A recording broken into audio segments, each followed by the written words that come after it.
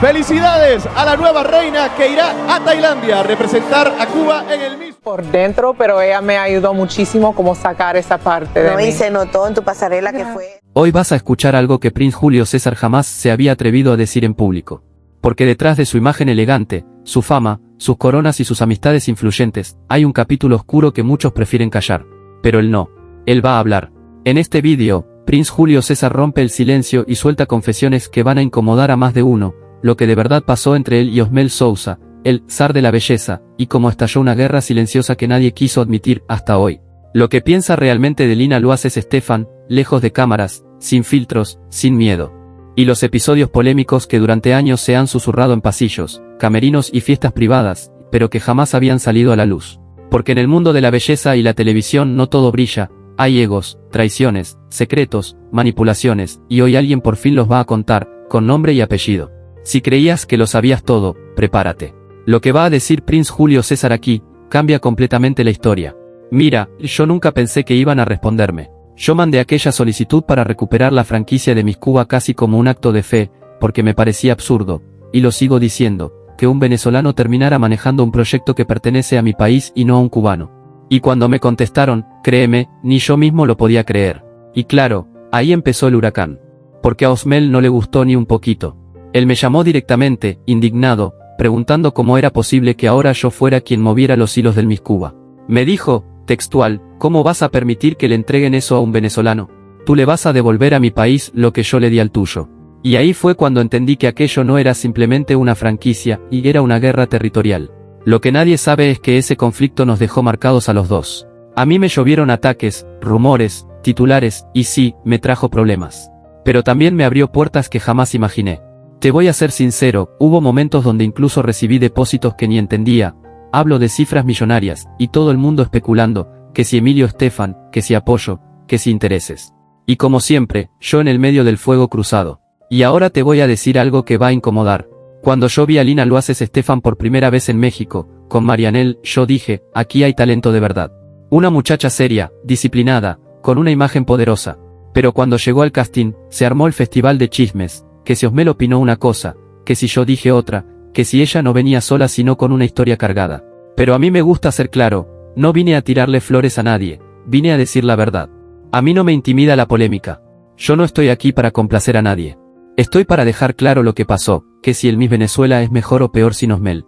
Eso lo puede analizar cualquiera, pero yo tengo mi opinión, y te la voy a decir sin filtro cuando llegue ese momento, porque yo sí tengo memoria y sé perfectamente cómo se manejaba todo antes y cómo se maneja ahora. Yo sigo creyendo en mis ideas, aunque a veces me cuesten caro. Y sí, he pensado en retirarme, he tenido crisis, he metido la pata, he hecho cosas buenas que algunos han querido pintar como malas, pero así es esta industria. Aquí todo el mundo sonríe en cámara, pero por detrás, hay veneno. Y sí, mucha gente se hace la misma pregunta, ¿cómo es posible que un venezolano termine manejando la franquicia de Miss Cuba y no un cubano? Te lo juro, yo también me lo pregunté cuando empecé este proceso, y jamás imaginé que me fueran a contestar. Cuando envié esa solicitud, yo dije, esto es un disparo al aire. Pero cuando recibí la respuesta, ahí fue cuando entendí que esto iba a traer ruido, polémica, y guerra, especialmente con ciertas personas que sienten que la belleza es su terreno privado. Tú lo sabes, recuperar esa franquicia no fue fácil, ni rápido, ni limpio. Hubo llamadas, hubo presiones, hubo gente que se molestó, y no voy a negar que ese fue uno de los momentos donde más tensión tuve con Osmel. Pero esa parte te la voy a decir al final, porque si la cuento ahora, apagamos el podcast. Ahora, ¿de dónde salgo yo? Pues de Valencia, mi amor. Valencia, Venezuela. La ciudad de las naranjas dulces, de los hombres complacientes, y como siempre pregunto yo, ¿qué apellido eres tú?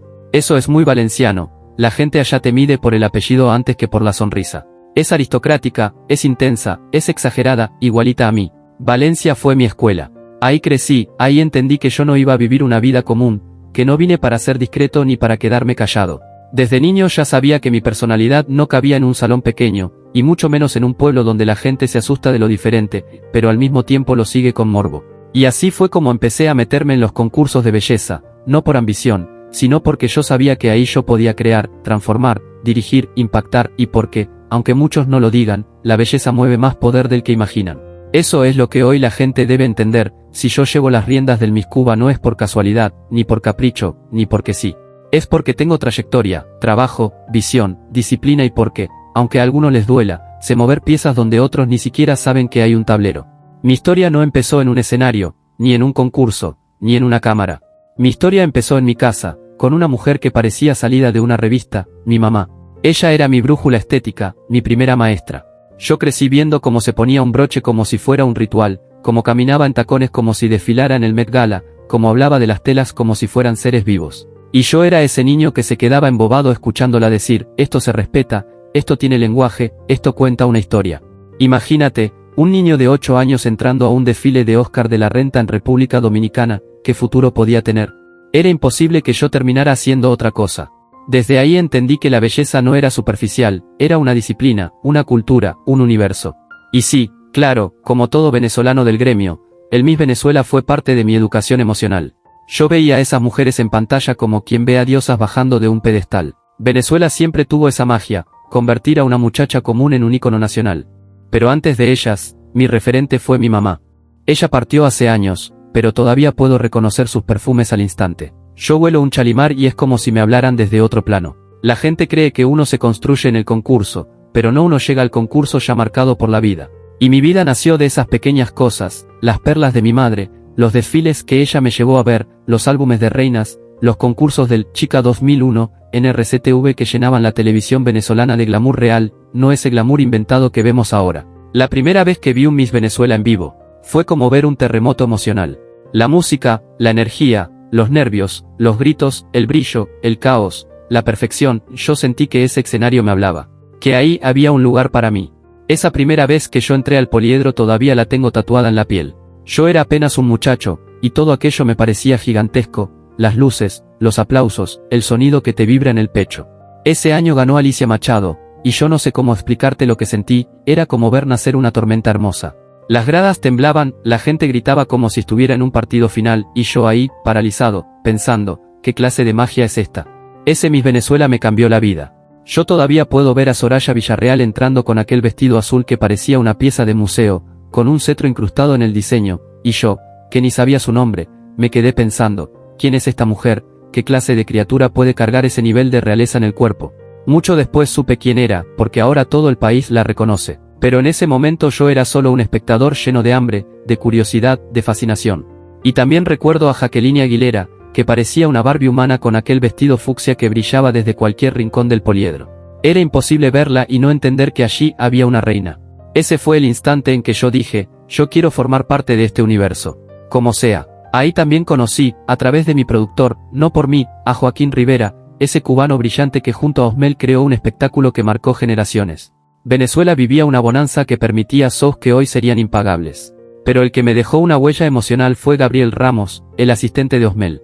Era un hombre elegante, impecable, hablaba inglés como si hubiera nacido en Londres y tenía ese JNS IQ hoy que uno no puede explicar, solo admirar. Yo lo veía caminar por la quinta Miss Venezuela y pensaba, algún día quiero tener esa clase de presencia. Y aquí viene lo curioso, yo nunca trabajé directamente en la quinta. La gente cree que sí, pero no. Yo solo acompañaba a Juan Carlos Pineda, mi director en Miss Carabobo. Yo era parte del equipo, pero de manera indirecta, siempre aprendiendo, observando, absorbiendo como esponja. ¿Cómo terminé ahí? Pues porque la moda siempre me siguió como una sombra. Yo conocí a Juan Carlos en Valencia, años después de haber empezado mi carrera como abogado. Sí, abogado, mi amor. Y no un abogado cualquiera, yo fui fiscal del Ministerio Público, el más joven de mi ciudad. Yo estudié, me gradué, hice un posgrado en Derecho Público Internacional y Privado, todo muy formal, muy elegante, muy serio. Pero siempre digo que la vida tiene sentido del humor, mientras firmaba actas y resolvía casos, yo soñaba con tacones, pasarelas y escenarios. Una vez Ismael Cala me preguntó, ¿cómo hace un abogado para usar tacones? Y yo le dije, mi amor, tú llegas a la corte en tacones, y el caso se resuelve solo. Pero claro, en Venezuela eso era impensable. Ni Legally Blonde se atrevió tanto.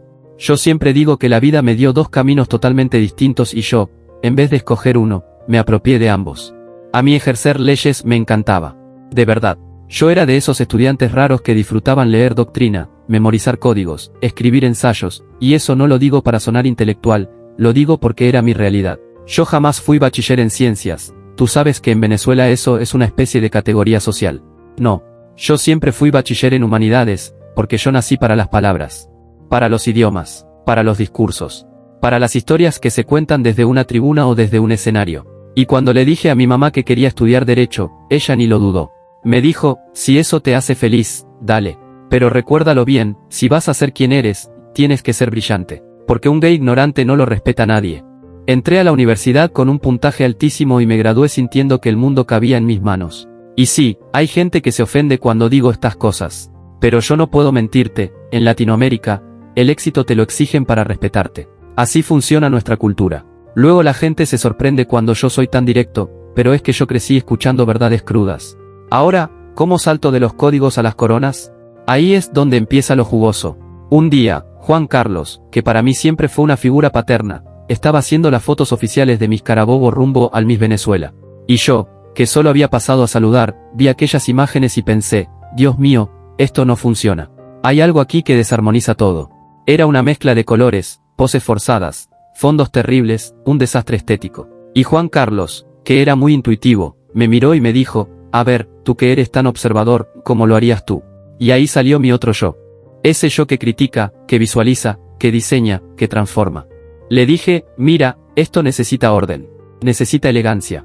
Yo usaría un fondo blanco con líneas negras, los trajes de baño en un solo tono, el cabello impecable. Y pondría unas joyas que hablen solas, que levanten todo el concepto. Juan Carlos me escuchó, que ya eso era un milagro porque él no escuchaba a cualquiera, y me dijo, si tanto lo tienes claro, hazlo. Ese día cambió mi destino. Y te juro que yo no tenía ni un peso. Ni uno. Pero tenía ideas, tenía gusto, tenía hambre. Así que me fui caminando a un negocio de impresiones muy famoso en mi ciudad, Turicopi, y hablé con José Ramón López Tomé, el dueño. Yo sabía que él confiaba en mí porque siempre me veía con Juan Carlos. Y le dije, mira, necesito esto, esto y te prometo que voy a pagártelo, pero ayúdame hoy. Él me miró, me midió de arriba abajo, y me dijo que sí. Y con ese sí, empezó todo. A veces la gente cree que uno aparece donde está por arte de magia. Pero no, uno aparece porque un día se atrevió a decir, esto está mal hecho. Yo lo puedo hacer mejor. Ese día que yo mandé a hacer mi backing, mis trajes de baño y mis piezas de orfebrería, yo no tenía idea de que estaba escribiendo el primer capítulo de mi historia en este mundo. Pero ahí estaba yo, muchachito de 19 años, tomando decisiones como si fuera director creativo de Chanel. Fui, imprimí exactamente el fondo que visualicé, ni un centímetro más, ni un centímetro menos. Le pedí a mi amiga Taima Serpa que me hiciera los trajes de baño en el color que yo quería, con el corte exacto, con esa elegancia que yo repetía en mi cabeza. Y aproveché un viaje a Los Ángeles para comprar las joyas, piezas que encontré en una tienda pequeña, pero con una personalidad que gritaba cámara. Compré 3 juegos iguales, porque sabía que iba a crear uniformidad, orden, una narrativa. Cuando regresé, llegué como si fuera un director entrando a su propio set, aquí están las piezas. Ahora necesito el equipo de estilismo y maquillaje para explicarles cómo vamos a construir la imagen. Y Juan Carlos me miró como diciendo, ¿de dónde salió este niño? Pero aceptó. Y sí, todo, absolutamente todo, lo pensé yo. Las líneas del fondo, el color de los trajes, las joyas, el peinado, la luz, el maquillaje, la actitud. Yo diseñé cada aspecto de esa producción como si me estuviera jugando la vida. A esa edad, uno no sabe que está apostando, pero lo está haciendo igual.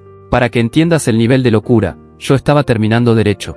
Tenía 18 años cuando me gradué de bachiller, 18 o 19 cuando estaba cerrando la carrera. Era un niño, literalmente. Mis compañeros me veían entrar a clases y decían, él estaba anoche en televisión, ¿cómo llegó? Mis profesores me saludaban diciéndome, te vi con la candidata tal, ¿y cómo hiciste ese look? Yo pedía permisos para viajar a Caracas a reuniones del Miss Venezuela mientras estudiaba para mis exámenes finales. Era una doble vida constante. Y el día que estrenamos aquella producción, fue un escándalo. Juan Carlos me dijo, esto es lo más hermoso que se ha hecho en Miss Carabobo en todos mis años. Y ahí fue cuando me soltó la frase que me partió la vida en dos, esto es lo tuyo.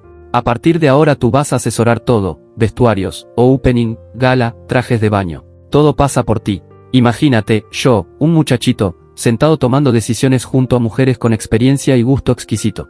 Isabel, que era una estrella en estilismo, y yo nos reuníamos con Juan Carlos a escoger vestuarios, colores, telas, cortes, y logramos convertir Miss Carabobo en el casting regional más potente del país. Y eso no lo digo yo, lo decía la prensa. Venían medios de Caracas, diarios importantes, fotógrafos, estilistas, productores, todo el mundo sabía que lo que se hacía allí era distinto. Y claro que todo eso me marcó. ¿Quién no se impresiona viendo limusinas, gobernadores recibiendo a una Miss, caravanas, balcones llenos de gente, un estado entero paralizado por la coronación de una mujer? Juan Carlos tenía esa capacidad de transformar lo cotidiano en espectáculo. Y yo veía eso y pensaba, yo quiero crear mundos así, cuando dejé el derecho y me entregué por completo a este universo. Pues el día que entendí que no puedes vivir con un pie en cada vida. Yo siempre he dicho que soy un hombre de dos cabezas, pero la vida, tarde o temprano, te obliga a decidir cuál de esas dos te quiere despertar cada mañana. Mira, tú me pediste que al final del episodio dijera la verdad sobre algo que muchos llevan años preguntándose, y yo no soy de quedarme con medias tintas. Así que aquí va. Con Osmel, sí hubo fricción. Y no por lo que la gente cree, sino por algo mucho más simple y más humano, territorio. Él venía de décadas siendo el nombre absoluto de la belleza latinoamericana, el hombre que convertía a una muchacha común en una Miss Universo. Y de repente aparezco yo, un venezolano joven, irreverente, formado en derecho, con una estética completamente distinta y con la capacidad y el permiso de tocar territorios que él consideraba suyos. A él no le gustó que yo tuviera la franquicia de Miss Cuba. Eso te lo digo sin rodeos. Me lo hizo saber, me lo dijo directamente, sin metáforas, ¿cómo es posible que eso lo esté manejando un venezolano y no un cubano? Y yo le respondí lo que sentía, lo maneja alguien que trabaja, que produce y que respeta la industria. Punto. Que si hubo tensión. Sí, que si hubo llamadas fuertes. También. Pero yo soy de los que cree que la verdad no es enemiga del respeto. Y Osmel, con todo y su carácter, sabe perfectamente que nuestra industria necesita renovación, nuevas miradas, nuevas voces. Lo que pasa es que en el mundo de las coronas, nadie está preparado para que un nuevo nombre avance tan rápido. Y ahora lo de Lina. Eso también lo preguntan mucho. A Lina la vi trabajar. La vi prepararse. La vi llegar a un casting sin prepotencia, sin coronita imaginaria, sin poses. Yo no tengo nada en su contra. Si yo hubiera visto falta de disciplina, falta de profesionalismo o falta de ética, lo diría. Pero no fue así. Lo que pasa es que alrededor de ella se creó un ruido que no nació de ella, sino del entorno. Opiniones cruzadas. Comentarios fuera de lugar. Gente diciendo que si Osmel la quería, que si yo no la quería, que si uno dijo, que si el otro opinó. Pura novela venezolana. Lina nunca fue el problema. El problema fue la necesidad de algunos de querer usarla como bandera para medir egos ajenos. Y aquí viene mi confesión mayor, la que no había dicho nunca, yo sé que mi nombre molesta. Porque no vengo de una familia poderosa, no vengo de un apellido que abre puertas y no llegué por amiguismos. Llegué porque tengo una visión, porque tengo criterio, porque tengo resultados. Y porque, aunque le duela a más de uno, yo vine a quedarme. A mí no me asusta la polémica, a mí me asusta más quedarme callado. Por eso vine hoy a decirlo en tu programa, sin miedo, sin maquillaje. Osmel y yo tuvimos diferencias, sí. Lina no fue nunca una enemiga ni una amenaza. Y mi trabajo habla más fuerte que cualquier chisme. Y que la gente diga lo que quiera. Que comenten, que especulen, que analicen. Yo estoy cómodo con mi verdad. Y hasta aquí esta conversación que, sin duda, dejó mucha tela que cortar. Si te gustó este episodio y quieres seguir escuchando historias tan sinceras y polémicas como esta, suscríbete ahora mismo, activa la campanita y acompáñanos en cada nuevo capítulo.